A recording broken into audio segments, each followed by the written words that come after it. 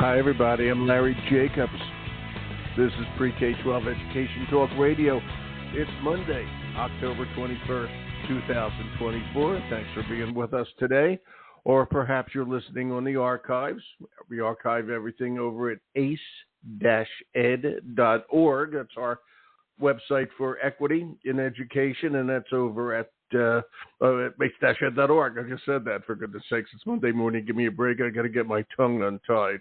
All right. So please go over there, check out everything we do. You can listen to any podcasts, et cetera, et cetera. Share it with your friends, whatever. We got a nice show for you today. I'm going to bring him on right now. Dr. Sophocles Goulas is here. Sophocles is an economist, okay, but he's very interested in education and the mixture of the two, a fellow at the Brookings Institution. He authored a new survey which was sent to me by my friends at the Fordham Institute, which is a wonderful place, fordhaminstitute.org. Okay, it's all about underachieving and under-enrolled is what it's called. Chronically low-performing schools in the post-pandemic era. And I have to tell you, it's very interesting to me that although we are Education Talk Radio, we've got an economist with us today. So without further ado, good morning, Sophocles. How are you today? It's Larry here. Good morning, Larry. Doing great. How are you? I am Good just great. To our listeners. Good morning to our listeners, near and far. It's a pleasure to have you here, my friend. Where are you today? Are you in North Carolina? I got a feeling you might be. No, I'm actually in Washington, D.C. Well, there you go. But I did spend some time in North Carolina, yes. I think where's your cell phone from? I saw 919. Isn't that North Carolina? Oh, yes, it is from North Carolina, yes, because I studied there, yeah. That's what I said. And welcome to D.C., for goodness sakes. How's the weather down there today? I live in Maine, and today the weather, it's just past the peak of colors. It's absolutely gorgeous out, in 75 degrees. How is it in Washington? It's a beautiful day. It's a little warmer than yesterday, and I think it's going to be in the 70s today. It's a beautiful day, yeah. And you can see the leaves of the trees getting browner and browner. There you go. And up here, it's just gorgeous. We got 1 million people coming up here. Sophocles, I love the fact that you took the time to look at education with your economist background. And I want you to talk about that for a second.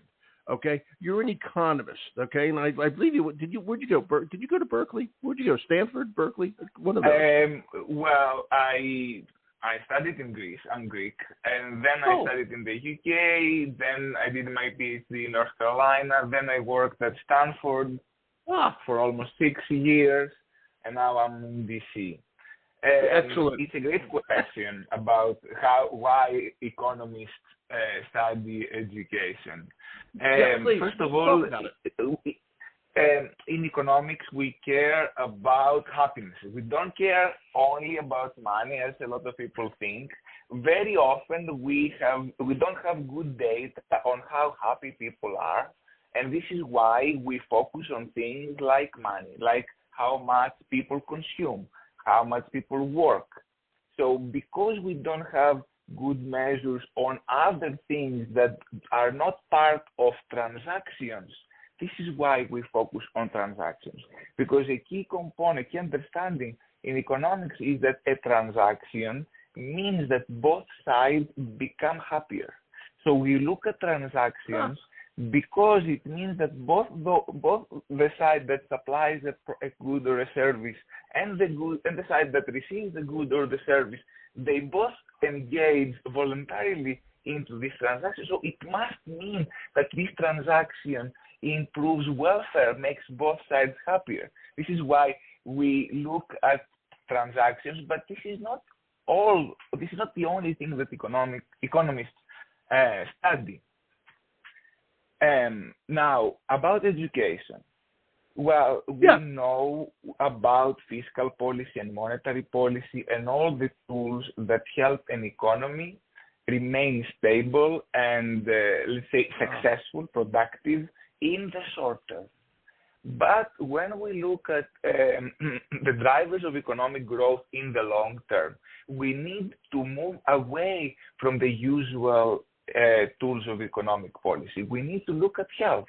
We need to look at education, because education, of course, drives the quality of our democracy, and also drives Agreed. the trajectory of the workforce. It drives the capacity of the economy to create innovation.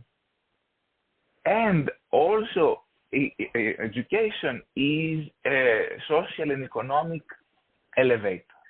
It can help people get the skills needed to be integrated well in the economy, in the labor market, and earn a living and be independent. So it's crucial to study education for all these reasons. It is interesting, and I'm glad you're going through that. And I wonder, I wonder how much the economy, the economics of the situation. This is what we're going to talk about today.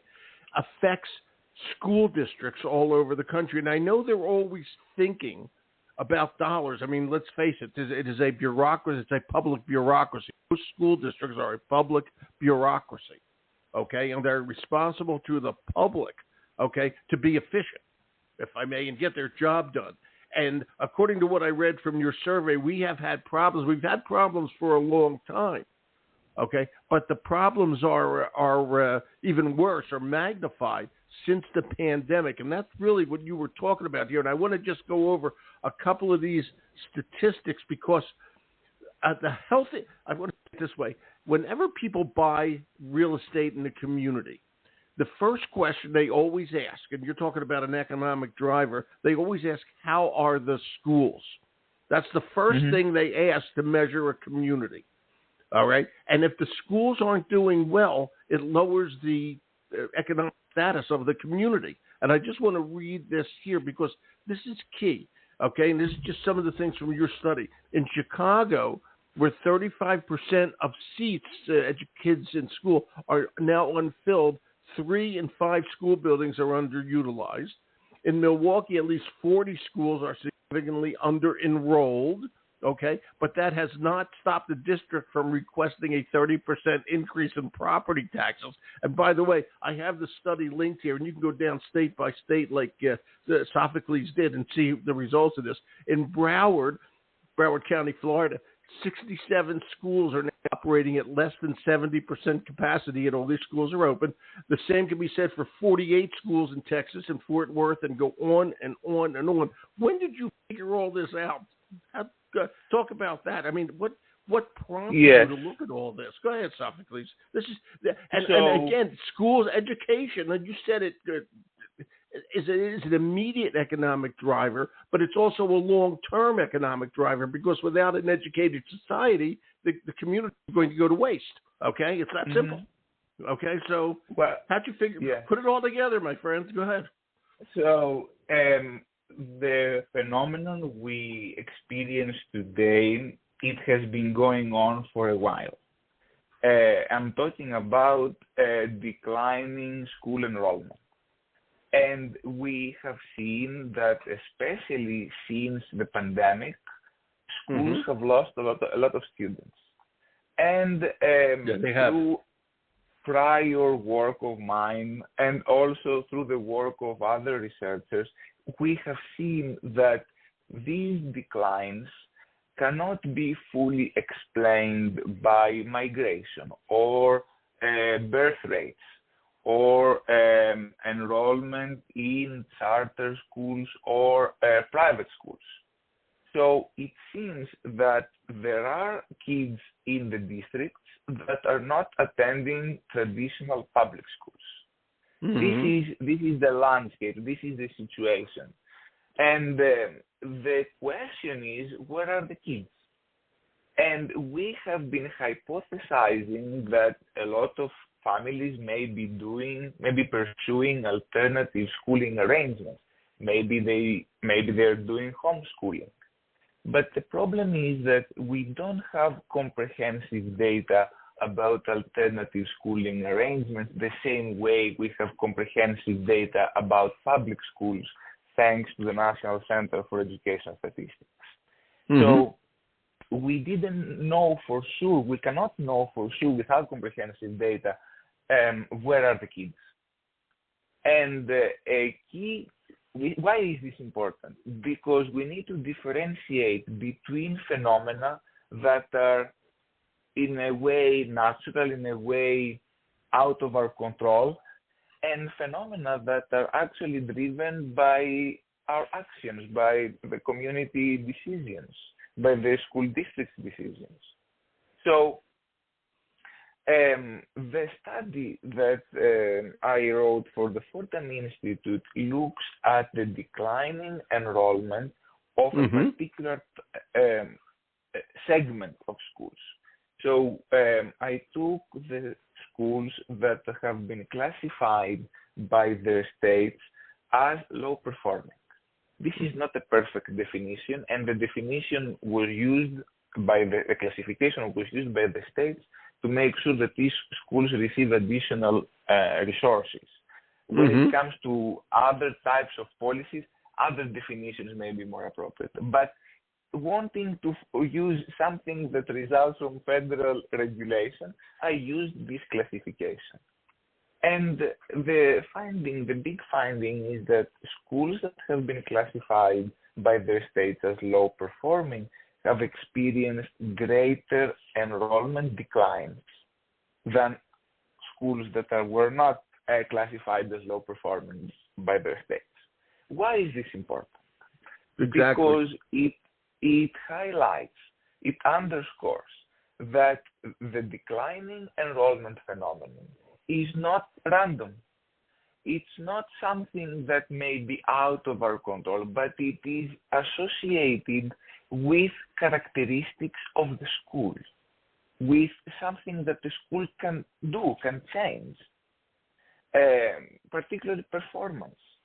So wait a minute, let me just say, so what you're saying, and what you've learned from the survey, at least one part of it, is that if a school improves its performance, its enrollment will not decline? Is that the way to say it?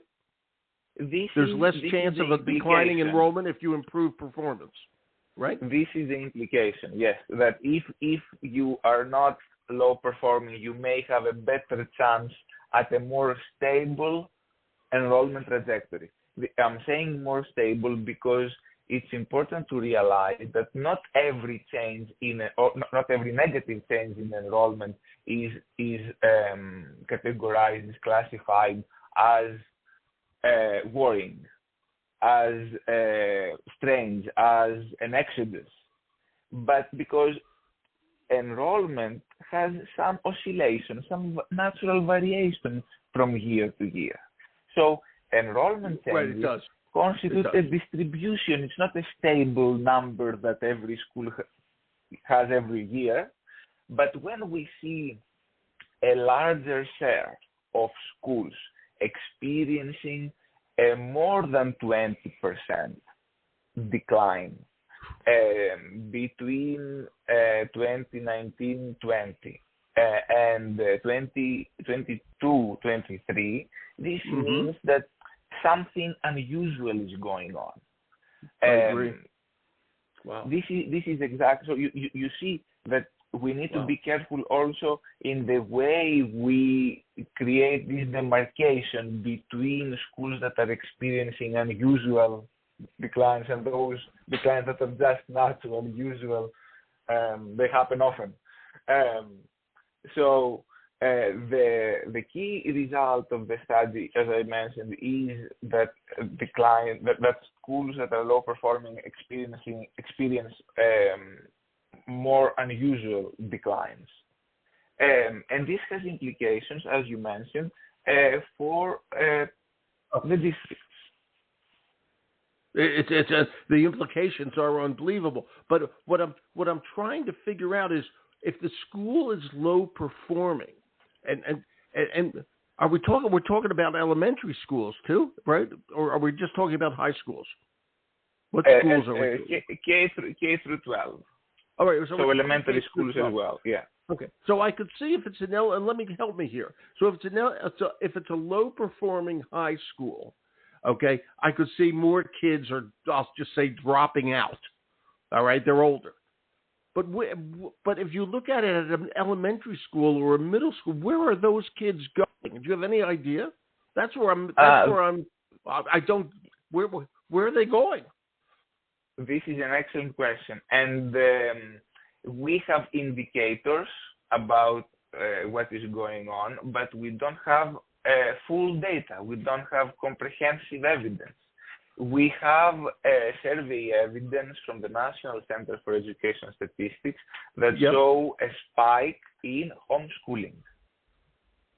And we have heard of cases of other arrangements like microschooling. Some families creating some little gathering of kids in a particular house. So we have heard of flexible arrangements. But here is a key limitation. It is very difficult to document this. Very difficult. And I'm sure. Yes, and this is a key limitation. This is why we look at enrollment data so much. This is why we try to think of the worst case scenarios, if you will, because we have no way of getting the full picture, because we cannot have data on every little schooling arrangement. And the challenge here is that we do not know, first of all, the full spectrum of all the arrangements that families may be pursuing, and we do not know how effective they are. Right, but we do know that the lower performing the school, the chance is higher of a declining enrollment. Yes, that we know. Okay, so now knowing that, okay, this is the next one. What does the school district do? And I'm going to read another statistic here. Okay, from your report.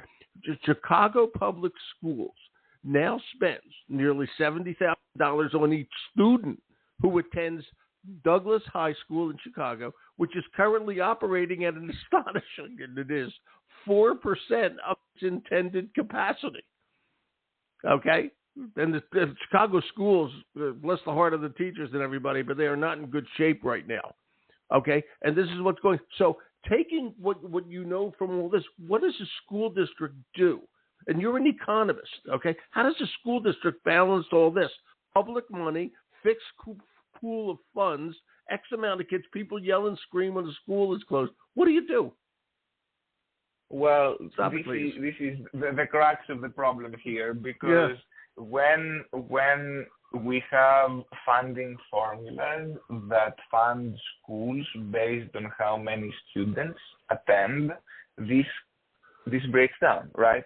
When you don't have enough kids in the classroom, in the school, very soon you will find yourself facing fiscal and operational challenges, and you might end up pushing for a change in the funding formula. You might request more resources to cover the needs of the schools, exactly because you don't have enough kids to get funding through the usual formula.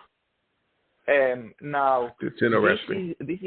This is an important question for a couple of reasons. First of all, how sustainable is this situation? I can answer that. It's not sustainable. I can answer that. It's not sustainable. It's great. So yes.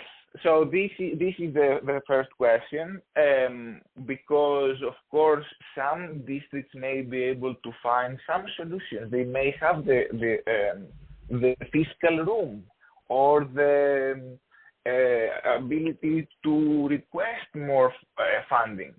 Now, in some other cases, this may not be possible. So this brings us to the second question, like what happens when we don't have enough money? Will we have to shut down schools? Yeah. Because this, I hope that the study will serve as a wake-up call for the district superintendents, particularly, to help them realize that there are things that can be done to re-engage the community. Because if there are kids in the district, and I'm not talking about every district, I'm talking about the nation, because I'm only looking at data that cover the entire nation. When there are kids around, there is hope to re-engage their families. There is hope to bring them back, because a key challenge is that nobody wants to lose infrastructure.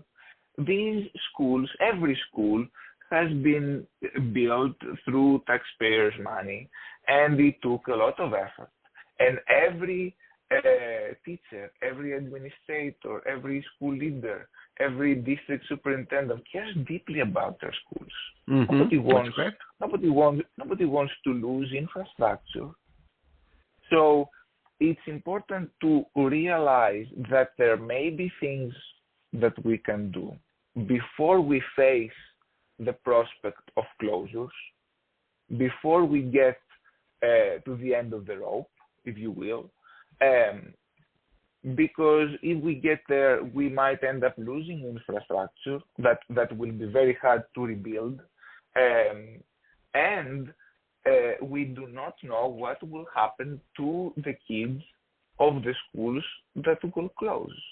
Because That's right. There is a study that shows that the quality of the trajectory in terms of performance of the kids who transition from a closing school to another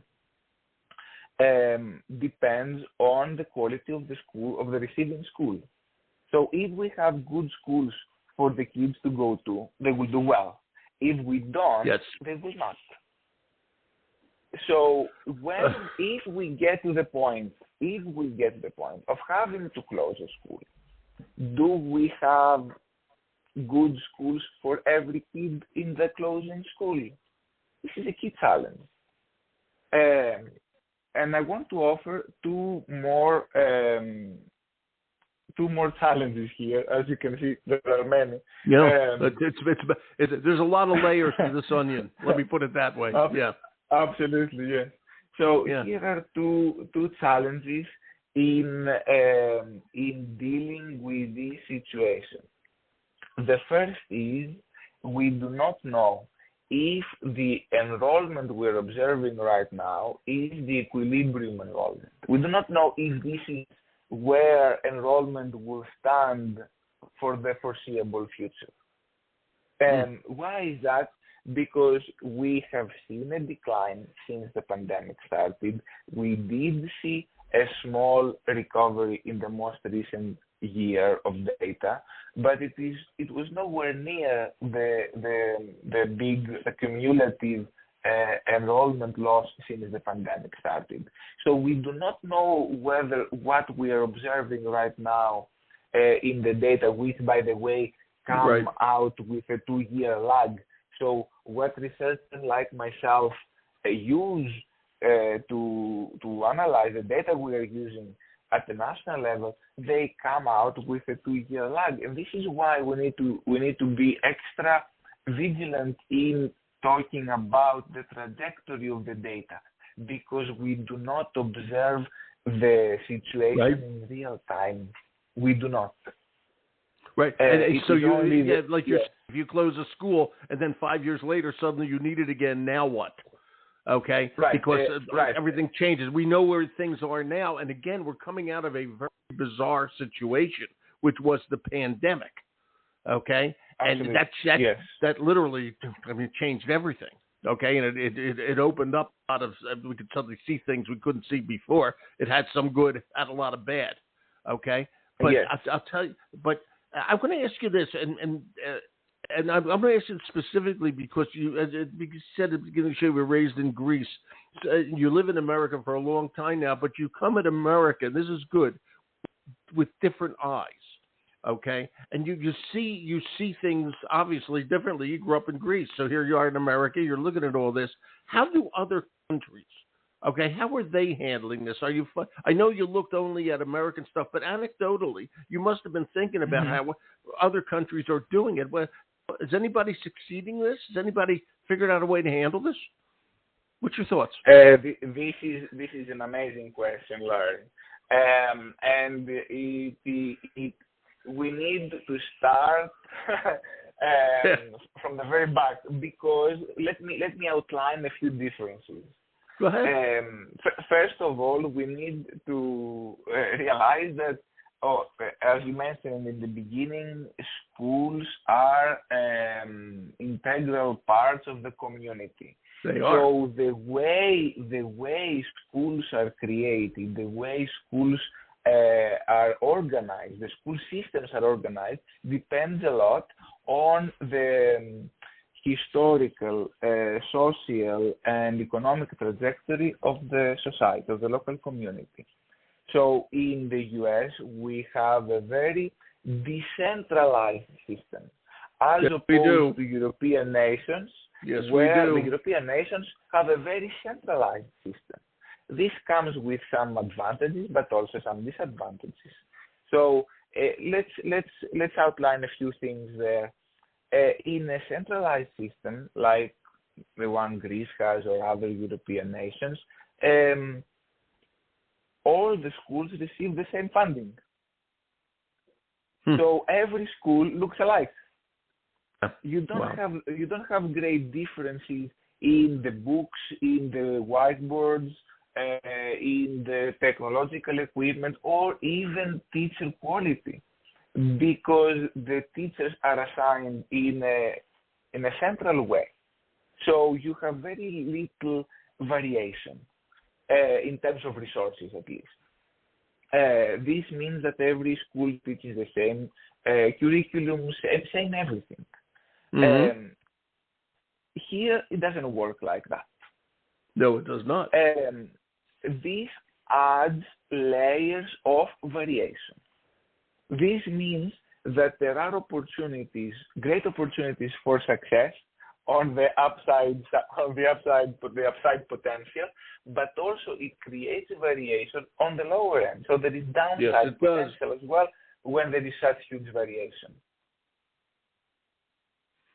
I wonder, and I'll tell you why. This is interesting. I hope. My kids grew up in Exeter, New Hampshire. Exeter is the home of Phillips Exeter Academy, and it's a very upscale town. Not to brag or anything like that. I just mean economically. Okay, so the schools there were very, very good. Okay, but in New Hampshire, everything is based on local community funding. Okay, and it's the community that's responsible for their schools. So a poor community has very different schools in New Hampshire, okay, than a town like Exeter or Portsmouth. Okay, it's similar to what you're talking about here.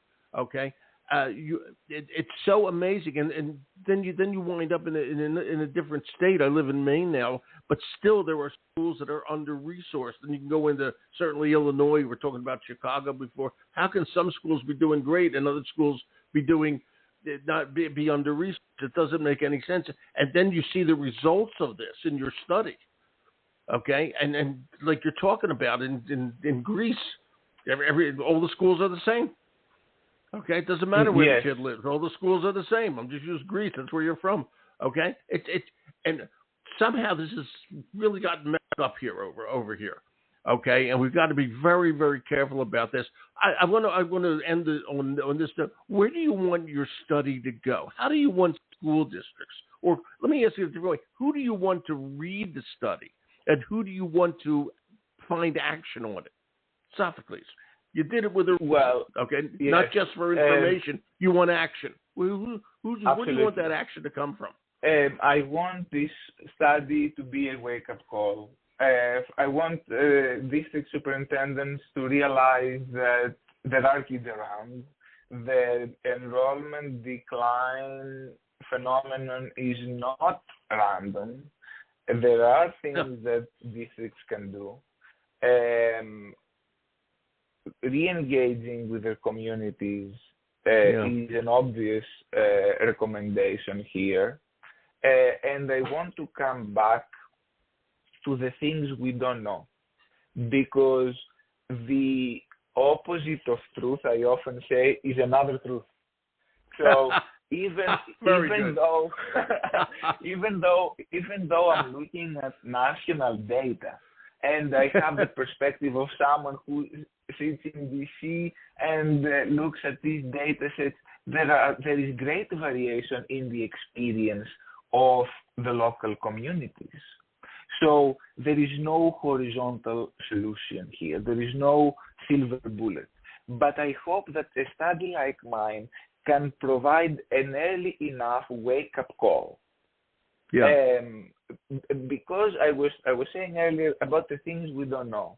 We don't know if the enrollment we're observing right now is the equilibrium enrollment. The other thing we don't know is what is the quality of the alternatives families may be pursuing instead of traditional public schools, especially when we're talking about homeschooling. Because do we know that's for actually sure a very important thing for. I have to interrupt. That's a very important thing. Okay, for a school district to understand is what alternatives are people following. You got, and I'll say it this way, like in retailing, you got to know your competition. Okay, and if you don't know it, okay, you're never going to be able to improve and work. I don't want to say against them, but with them. Let's say it nicely, with them. Okay, you don't want to lose kids to what you don't know about. You got to figure out what's going on out there. It's a whole new marketing approach. Okay, but you got to know what you're dealing with. Yeah. Yes. We don't know if 2 years from now, families will say, you know what, homeschooling doesn't produce consistently good results. I'm hypothesizing here. And we want to come back. What if we have lost schools by then? What if the fiscal and operational pressure has led us to lose schools? We don't know we don't know the quality of these alternatives, and this leads us to not knowing whether the situation right now is sustainable, both from the perspective of the families who for sure want the best for their kids, but also from the perspective of school systems that have a responsibility to use carefully, to use responsibly the funds they receive. We got to start somewhere and having the facts, okay? And this is what you did. Thank you for doing it, okay? We're starting, okay? We have the facts now. Now let's see what we can do with it, okay? This is great. Sophocles, thank you. I have everything on site, and I really appreciate knowing you, meeting you, and the good job you did. Thank you so much. Thank you, Larry. No, you're more than welcome, my friend. You have a great day down there. It's still springtime in Washington, D.C. You take care, okay? You too. Bye-bye. Thank you. Bye. Sophocles Goulas, everybody, and I have it linked up here. You can, and Fordham Institute is great, fordhaminstitute.org, but I have the survey, the study linked over here. You should look at it. It's just fascinating. I mean, it's unbelievable. So now we know. Now what do we do? We're going to archive the show at ace-ed.org, and I thank you for listening. My name is Larry Jacobs. You take care.